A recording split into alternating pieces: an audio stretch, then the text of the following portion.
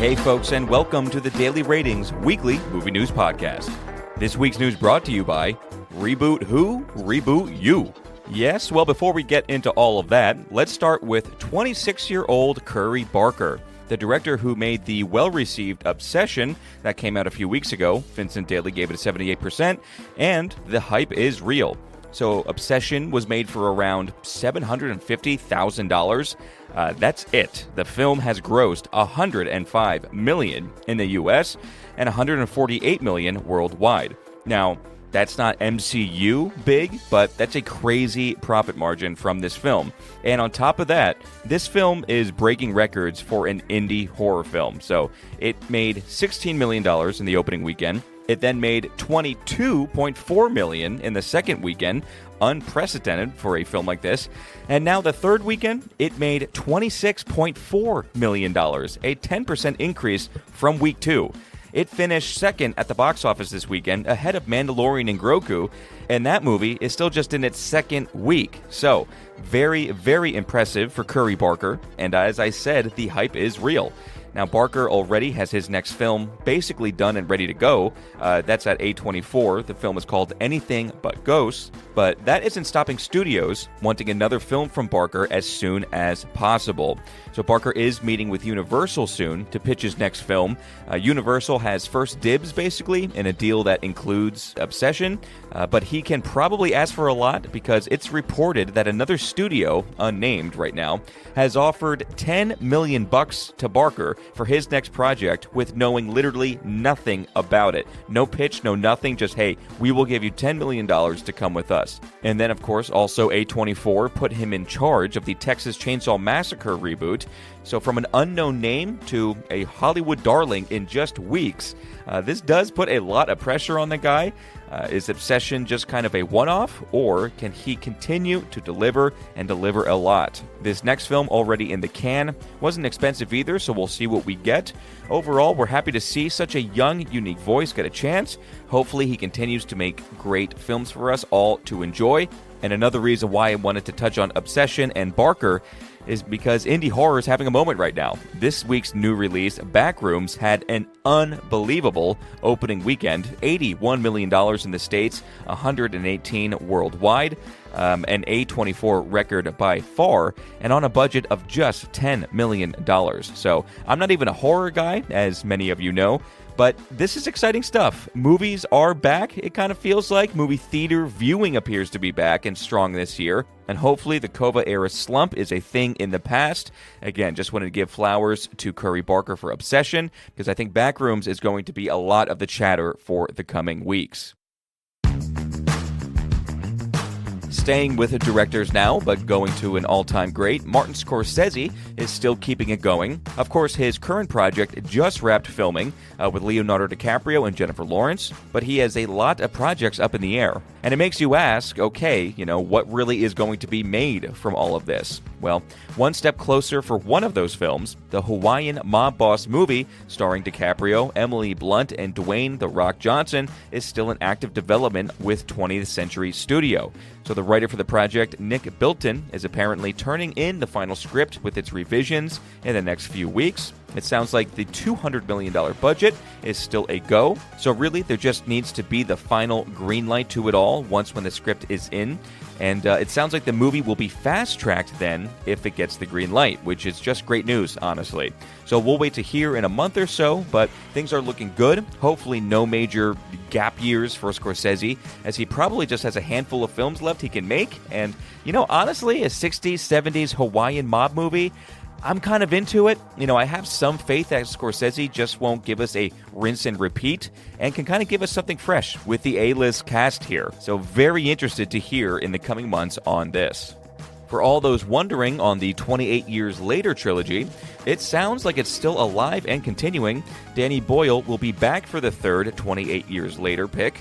The plan was to shoot it in 2026, but after the first two kind of fell flat at the box office, and particularly Bone Temple earlier this year, even though the reviews were all right, did not do great at the box office. So Sony is pumping the brakes a little bit, it seems.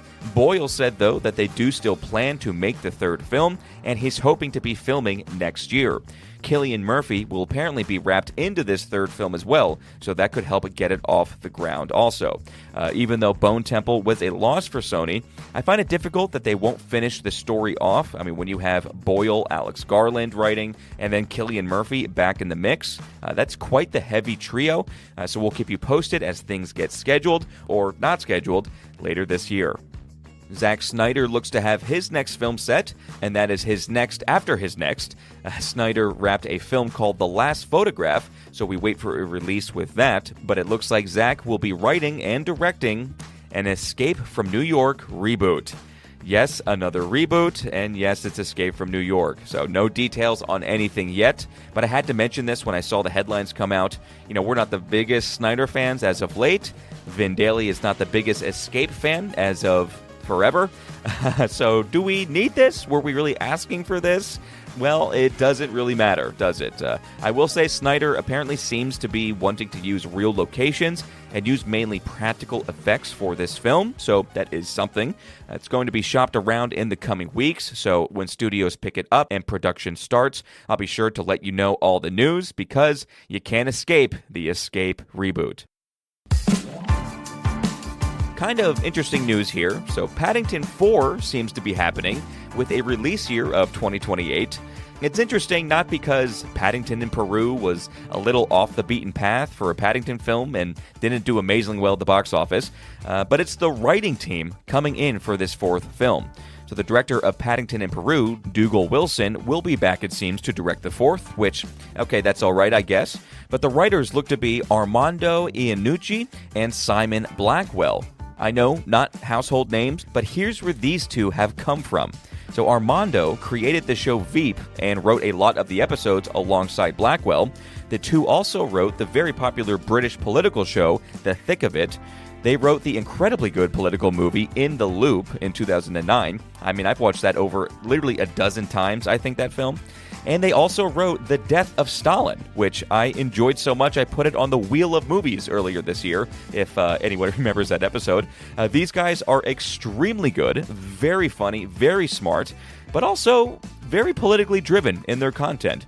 So it is very interesting that these guys are in for the Paddington movie, the fourth film in the franchise.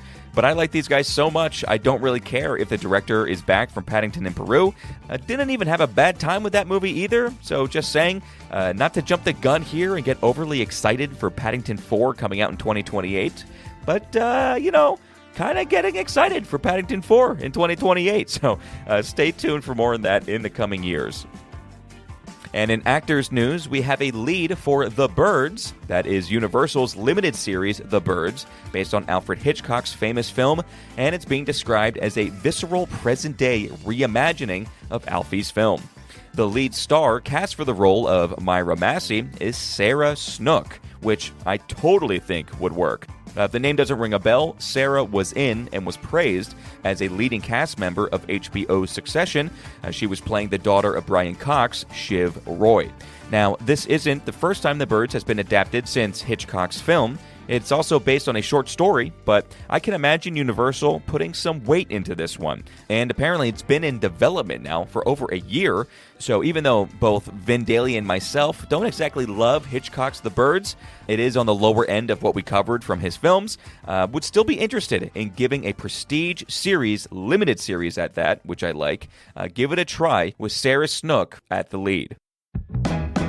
And then other than that, Zac Efron is teaming up with A24 again for an HBO series that is a remake of Angel Heart, based on the book Fallen Angel and adapted from the movie adaptation from '87 with Mickey Rourke and Robert De Niro. I don't think anyone asked for this, but it is going to be another reimagining of the original content, so we'll see what we get, but let's go ahead and see what the box office had for us this past weekend.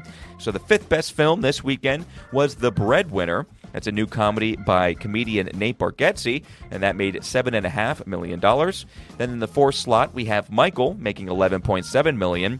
Third, for a very poor second week showing, The Mandalorian and Grogu. That just came out with $25 million. And like we covered at the top of the news here, second at the box office was Obsession with $26.4 million. The third week better than the second, which was better than the first. It's just very impressive. And then also, very impressive, the number one film at the box office this weekend was Backrooms, making $81.5 million. Very good on a $10 million budget and coming from some YouTube stories. So, coming up this Thursday, Vincent Daly will be watching, rating, and reviewing. We're starting with a Japanese film called Exit 8, and that's directed by Genki Kawamura. We then have Iron Lung, which came out earlier this year, but literally just came to streaming this weekend. That is directed by Mark Fishback. He's also in that YouTube to movie pipeline, and he's probably more notable as his YouTube name, which is Markiplier. And then, of course, we're covering the number one film. We are watching Backrooms by a very young, new, talented director, also coming off YouTube. He is Kane Parsons. So very excited to get into these films. But that is it for your weekly movie news. We'll leave you today with a quote from an actress, Jennifer Lawrence. I never think it's right to chew gum in front of other people, but a lot of times I'll come in for a meeting chewing gum and I forget I'm chewing it. Then you don't want to swallow it because it stays in your system for 7 years or something. So I've asked to throw it away, and I've started to wonder if that's why I didn't get certain movies. And all right, folks, the Daily Ratings weekly movie news podcast, that was it. See you on Thursday.